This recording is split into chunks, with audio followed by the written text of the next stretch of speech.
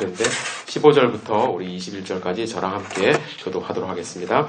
그런즉 너희가 어떻게 행할지를 자세히 주의하여 지혜 없는 자 같이 하지 말고 오직 지혜 있는 자 같이 하여 그러므로 어리석은 자가 되지 말고 오직 주의 뜻이 무엇인가 이해하라. 술 취하지 말라. 이는 방탕한 것이니 오직 성령으로 충만함을 받아.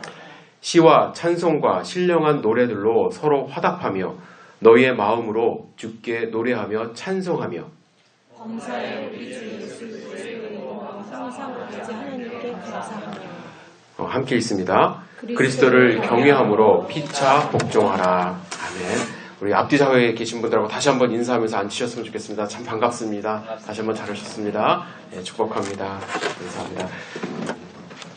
오늘 하나님의 말씀 성령 충만한 교회는 성령 충만해야 한다라는 제목으로 함께 말씀을 나누고자 합니다. 미국 농촌에 아마 이 노스캐롤라이나보다 더 농촌이었을 것 같은데 성령 충만한 삶을 사는 농부가 있었습니다. 어느 날 그는 농사를 짓다가 하늘을 이렇게 바라보는데 환상처럼 어떤 글자가 보였습니다. 어떤 글자가 보였냐면 PC라는 두 알파벳이 보였습니다. 너무나도 선명하고 뚜렷해서 마치 하나님의 계시처럼 느껴졌습니다. 농부는 한참을 고민합니다. 하나님이 어떤 의도를 가지고 이 글씨를 보여주신 것 같은데 도무지 그 뜻을 알지 못했기 때문에 많이 괴로웠습니다. 그래서 더 열심히 기도했습니다. 그때 그의 마음 가운데 떠오르는 문구가 하나 있었습니다. Preach Christ. 예수님을, 그런 그리스도를 증거하라, preach하라. 그런 단어죠. 평소에 그는 예수님을 증거하고 싶은 열정이 마음 가운데 있었습니다. 그런데 그에게 하늘의 구름인지 환상인지 그것을 통해서 너에게 이제 목회자가 되게 하겠다라는 그 말씀을 주시는 것 같아서 너무나도 기뻤습니다. 그래서 그는 이 기쁜 소식을 혼자 알고 혼자 목회자가 될 수 없었기 때문에 담임 목사님을 찾아갑니다. 목사님의 허락을 받고 목사 안수를 받고 이제 예수 그리스도를 프리치하기 위해서 목사님을 찾아갔죠. 여러분들이 여기서 한 가지 이제 말씀드리고 싶은 것은 남침례 교단은 이게 가능합니다. 워낙 이 남침례 교단이 과거에 농촌을 미국 남부지방 농촌을 중심으로 이제 교단이 형성이 되었기 때문에 이제 그 신학교를 가지 못한 분도 교회에서 이분이 하나님의 콜링이 있다. 또 이분이 또 가스펠을 증거하는데 달란트가 있다 하면은 성도님들이 투표를 통해서 안수를 주고 목회자를 하는 경우가 과거에 많이 있었고 현재까지도 그렇게 하는 경우가 있습니다. 그런데 요즘에는 좀 이제 교회마다 규정을 둬서 가능하면 신학교를 졸업한 분들에게 목사 안수를 주죠. 과거에는 그랬다는 얘기입니다. 목사님은 그 농부의 이야기를 진지하게 듣습니다. 그리고 이렇게 말합니다. 형제님의 이야기를 충분히 알 수 있을 것 같습니다. 저도 하나님의 음성을 듣고 그 결과를 같이 이야기해야 될 것 같습니다. 라고 말하고 이 형제를 집으로 돌려보냈습니다. 그리고 일주일 후에 목사님이 형제를 불렀습니다. 그리고 이와 같이 말했습니다. 형제님, 내가 형제님을 생각하면서 열심히 기도해 보니까 하나님은 제 마음속에 이 PC라는 단어를 프리치 크라이스트로 생각나게 하지 않으시고 팝콘으로 생각나게 하셨습니다. 형제님 돌아가셔서 열심히 농사일, 옥수수 농사 하시고 하나님께 영광을 돌리십시오. 이렇게 하고 돌려보냈어요. 만약에 여러분들 같으면 그 말을 들었을 때 어땠을까요? 어떤 분은 되게 기분 나빴을 것 같아요. 나는 복음을 증거하기 위해서 하나님이 부르셨다고 생각하는데 이 팝콘 농사나 잘하라고 할 수도 있는데 형제님은 기뻤어요. 왜 그러냐면 자기의 커다란 짐을 덜게 되었기 때문에. 일주일 동안 정말 엄청나게 고민을 했다고 합니다. 내가 어떻게 설교 준비를 하나, 어떻게 목회를 할 것인가. 하지만 이 농부는 목사님의 말씀을 듣고 평생 정말 자기에게 주신 그 달란트 또 직업을 가지고 하나님을 섬기며 하나님께 영광 돌리는 삶을 살았다는 이야기가 있습니다. 저는 이 이야기가 농사일 하는 분은 목회를 할 수 없다라는 의도의 이야기가 아니라고 생각을 합니다. 반대로 저는 이 농부야말로 정말 성령 충만한 성도였음을 여러분들에게 말하고 싶습니다. 여러분들 성령 충만이라는 것은 무엇일까요?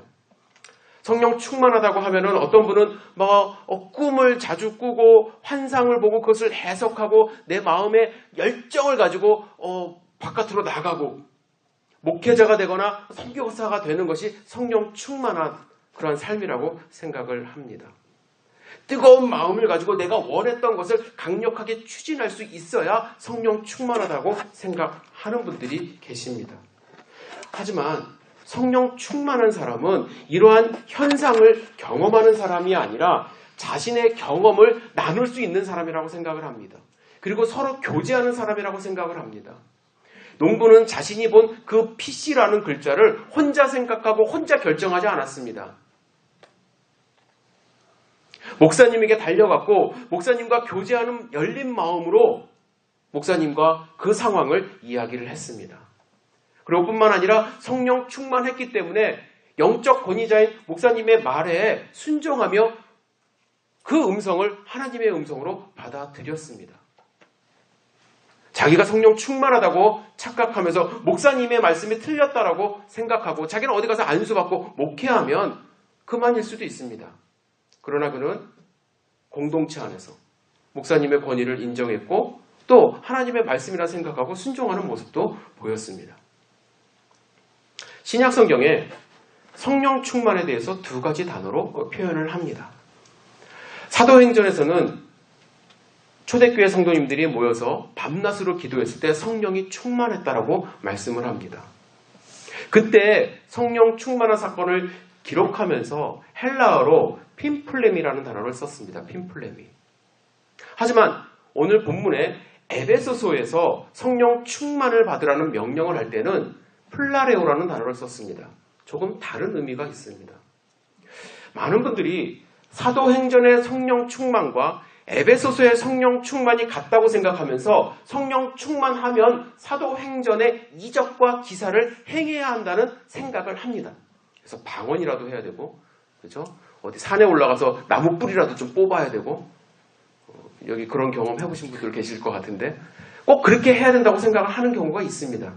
제가 그게 성령 충만한 것이 아니라고 말씀을 드리는 것이 아니라 사도행전의 성령 충만은 성령 하나님이 그 현장에 충만했다라는 표현입니다.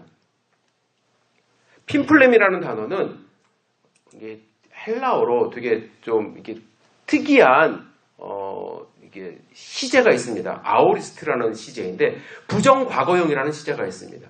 이 부정과거형의 용법은 뭐냐면 그 충만함이 오래 지속되지 않았고 과거의 일시적인 현상에 국한되었을 때 이 단어를 사용한다고 합니다. 그런데 오늘 본문에 나오는 플라레오라는 단어는 현재형입니다. 그리고 명령형이지만 또한 수동태입니다.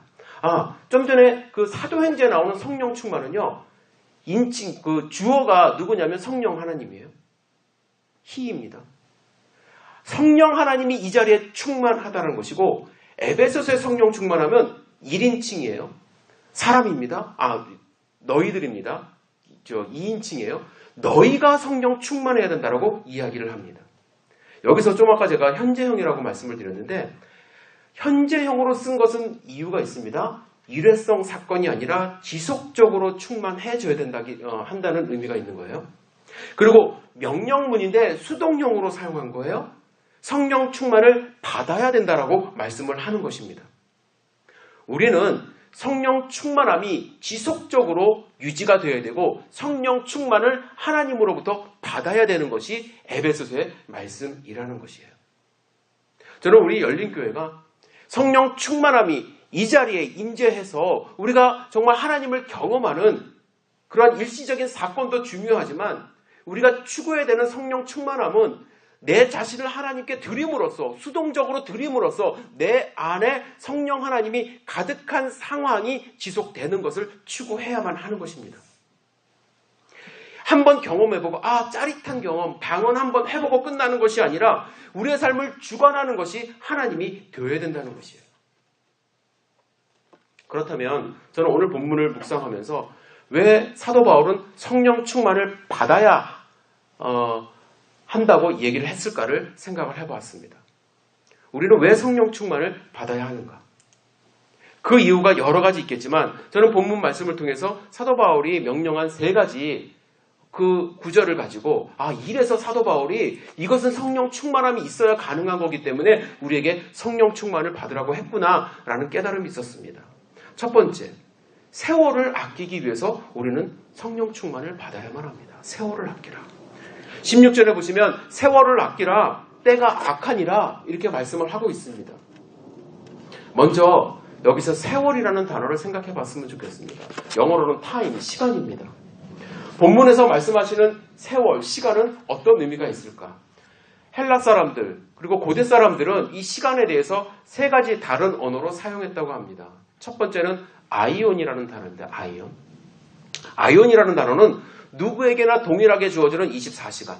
여러분과 제가 똑같이 소유하고 있는 24시간. 누구는 25시간 있는 게 아니잖아요. 똑같은 시간, 동일한 물리적인 그러한 시간을 얘기할 때 아이온이라는 단어를 쓴다고 합니다. 두 번째는 크로니쿠스. 이거는 역사적으로 흐르는 시간이에요. 그러니까 아이온하고 비슷하긴 한데 그래도 이것은 역사성을 갖는 흐르는 시간, 수직적인 시간 이렇게 표현을 합니다. 과거에서 현재 미래로 이어지는 그러한 시간을 이야기를 하죠.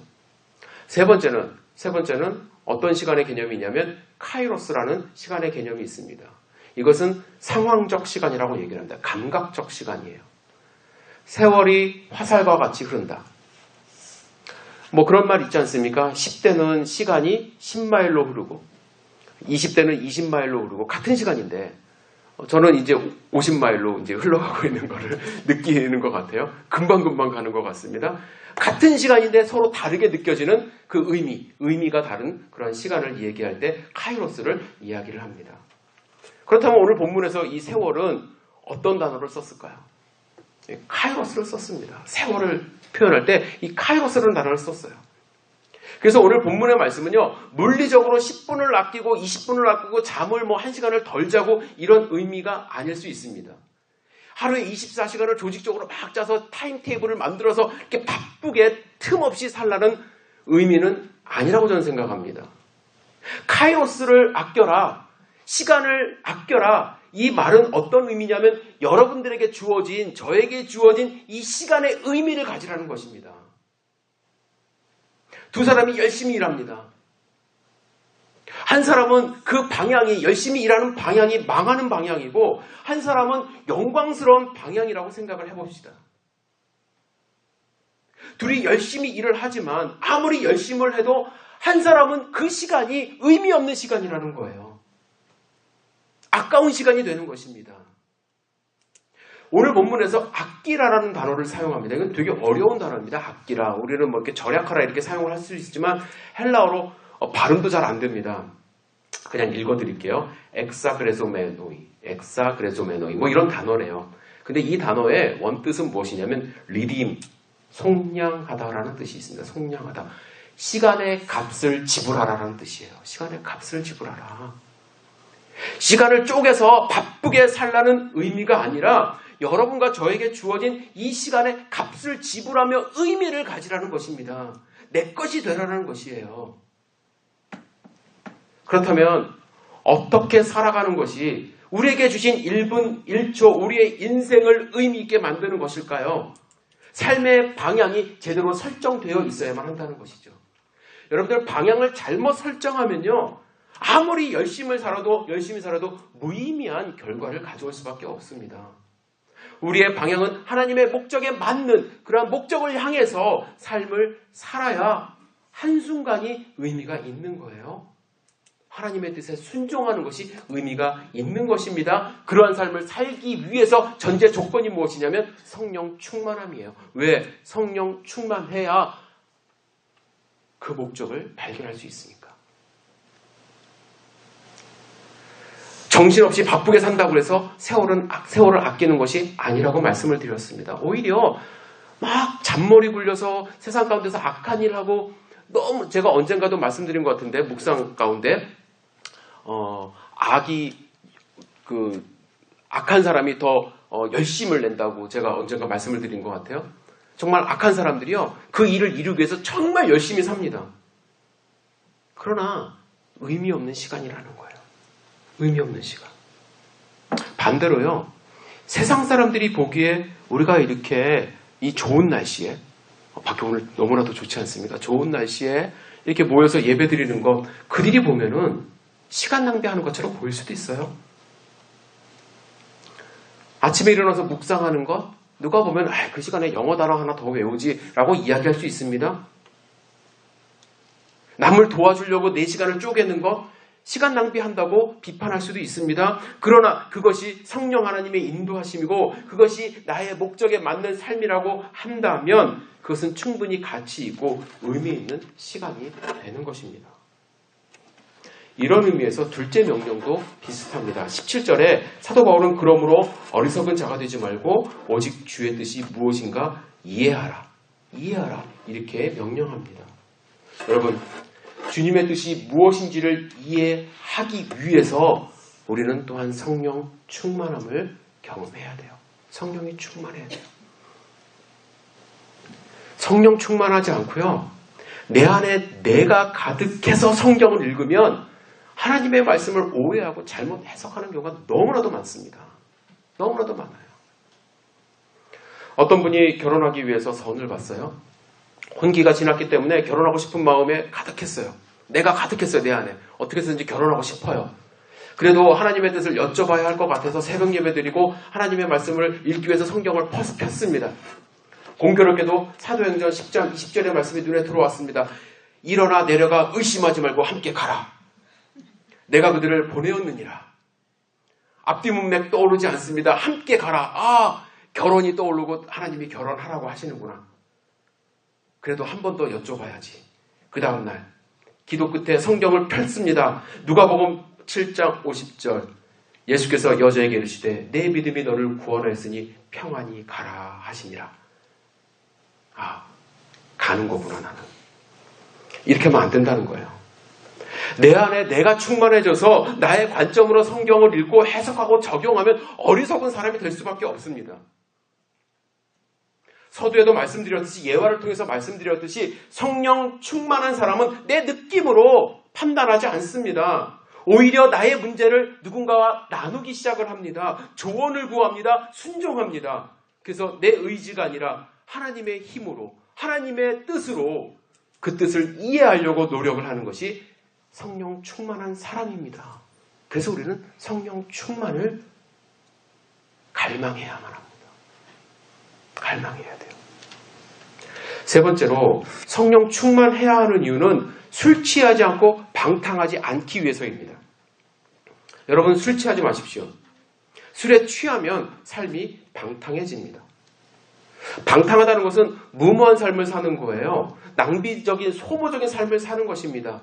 제가 과거에 한국 뉴스에서 그 술 취한 사람에 대한 뉴스를 본 적이 있는데, 혈중 알코올이 0.4%가 되는 운전자가 적발되었다고 합니다. 여러분들 보통 이렇게 뭐 적발되면 0.0 몇 프로 이렇게 나오는데 거의 뭐 이 혈관에 알코올이 흐른다고 보면 됩니다. 0.4%면은.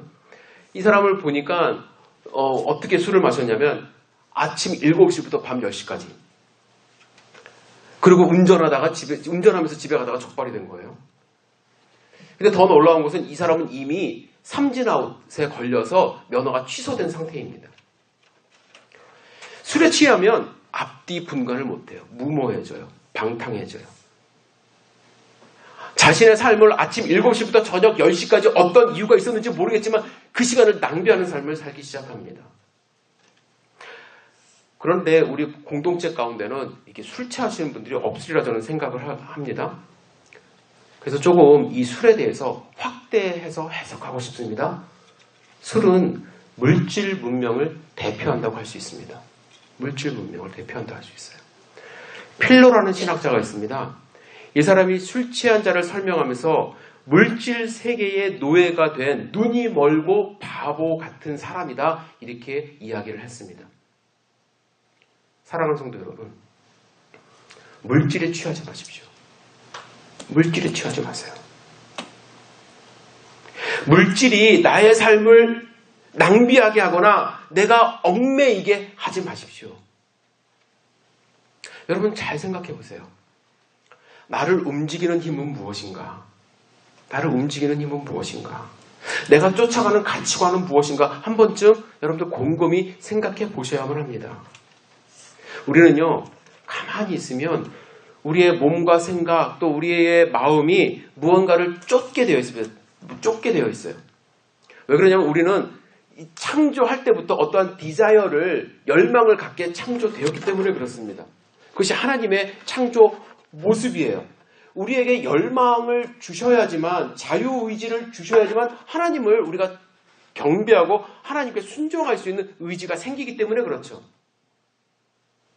이러한 열정, 디자이어가 없으면 우리는 하나님도 찾지 않을 거예요.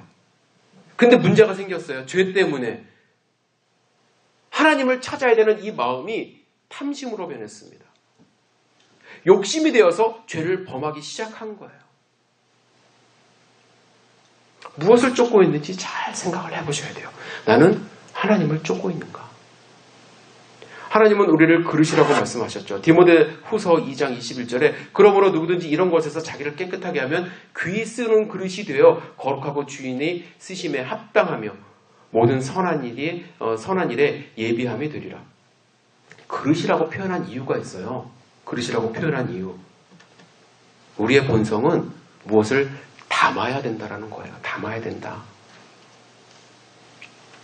디자이어가 있고 담아야 되는 존재이기 때문에 우리는 무엇을 채우려고 노력합니다.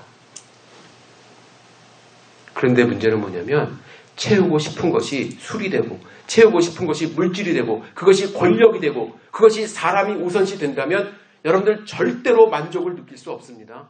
결국 우리는 타락할 수밖에 없습니다. 그래서 방탕해질 수밖에 없어요. 그렇기 때문에 우리는 내 안에 성령 하나님을 채워야만 합니다. 충만해져야만 해요.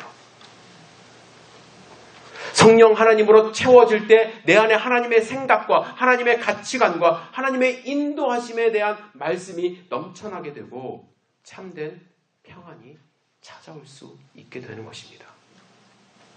성령 충만하시기를 주님의 이름으로 축복합니다. 그러면 어떻게 성령 충만함을 받을까? 성령 충만함에 대한 어떤 공식이 있는 것은 아닙니다. 옛날에 제가 중고등학교 때는 마치 공식이 있는 것처럼 배우기도 했어요. 뭐 이렇게 기도하라, 어떠한 말을 해봐라, 그러면 방언이 터진다.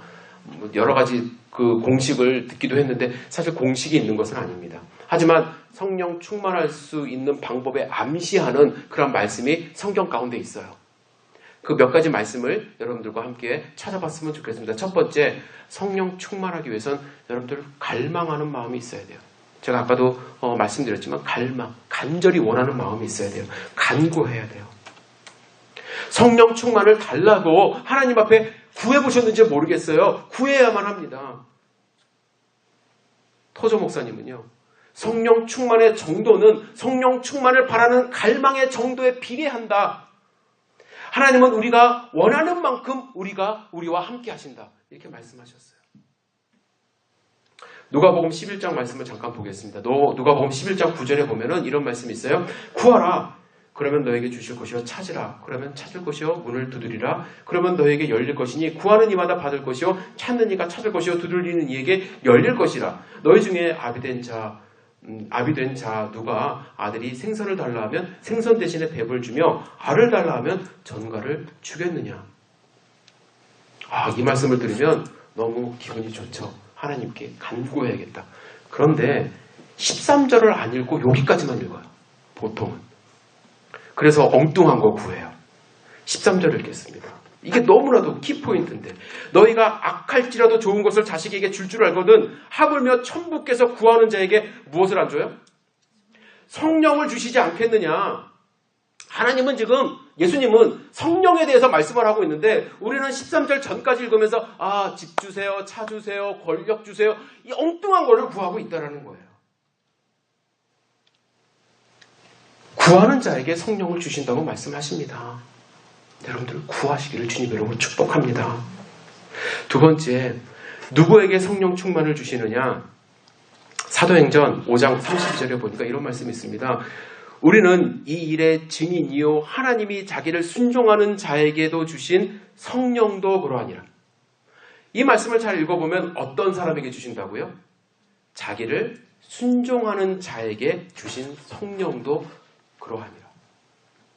하나님은 하나님께 순종하는 자에게 성령을 주신다고 말씀하세요. 아무리 달라고 하나님 앞에 때를 써도 이 사람이 하나님 말씀에 순종하지도 않고 자기 뜻대로 살아가는 사람에게는 하나님이 주시지 않는다라는 거예요. 성령 받아서 하나님께 순종할 사람에게 하나님이 성령 충만을 주신다라는 것입니다. 마지막으로 세 번째, 성령 충만하기 위해서는 사도행전 10장 44절의 말씀. 베드로가 이 말 할 때에 성령이 말씀 듣는 모든 사람에게 내려오시니. 베드로가 고넬료의 집에서 말씀을 증거했습니다. 초청받아서 증거했어요. 말씀을 증거한 후에 어떤 일이 벌어져요? 성령이 내려오셨다. 말씀 듣는 사람들에게 하나님의 성령이 임했다라고 말씀합니다. 말씀을 들어야 돼요. 정리해보면 간절한 마음으로 기도하고 하나님께 순종하고 하나님의 말씀을 듣는 자에게 하나님이 성령 충만함을 주신다라는 거예요. 성령 충만하면 어떻게 될까요? 아까 성령 충만하기 위해서 성령 충만해야 되는 이유에 대해서 말씀을 드렸죠. 시간을 아낄 수 있게 되고 하나님의 뜻을 분별하게 되고 방탕한 삶을 살지 않게 된다고 말씀을 드렸습니다. 이것은 개인적인 삶의 변화예요. 하지만 성령 충만은 개인적인 삶의 변화뿐만 아니라 공동체의 변화를 가져옵니다. 본문에서 간단하게 그 모습만 제가 읽어드리겠습니다. 첫 번째, 시와 찬송과 신령한 노래들로 서로 화답한다고 말씀합니다. 성도 간의 교제가 신령해진다고 얘기를 해요. 성령 충만하면 엉뚱한 소리 하지 않고 시와 찬송과 신령한 노래들로 서로 화답을 한대요. 감사가 넘치게 된대요. 저는 이 말씀을 읽으면서 정말 이러한 모습이 우리 공동체 가운데 좀 있었으면 좋겠다는 생각을 해봅니다. 저도 제가 신령한 노래로 화답을 하고 이렇게 무슨 오페라 같은 그런 느낌이 들긴 하지만 정말 우리가 입에서 나오는 것이 감사, 찬양 그런 모습이 된다라는 거예요. 성도를 바라볼 때 기쁨의 눈으로 바라보고 성도를 보면 찬송하고 싶어지고 찬송이 입술에서 흥얼거리고 입만 열면 하나님의 말씀이 흘러나오고 서로 화답하고 나 이번 주에 이런 말씀을 읽었습니다. 그러면 거기에 답을 해서 저는 이런 말씀을 읽었습니다. 저는 이런 말씀을 읽었는데 너무나도 좋습니다.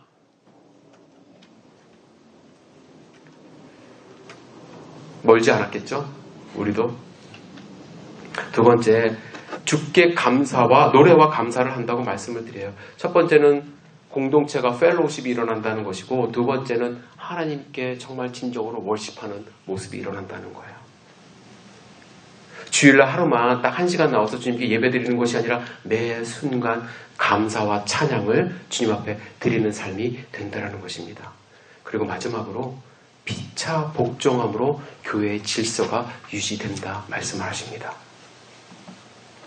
저는 우리 열린교회가 성령 충만하기를 주님의 이름으로 간절히 바랍니다.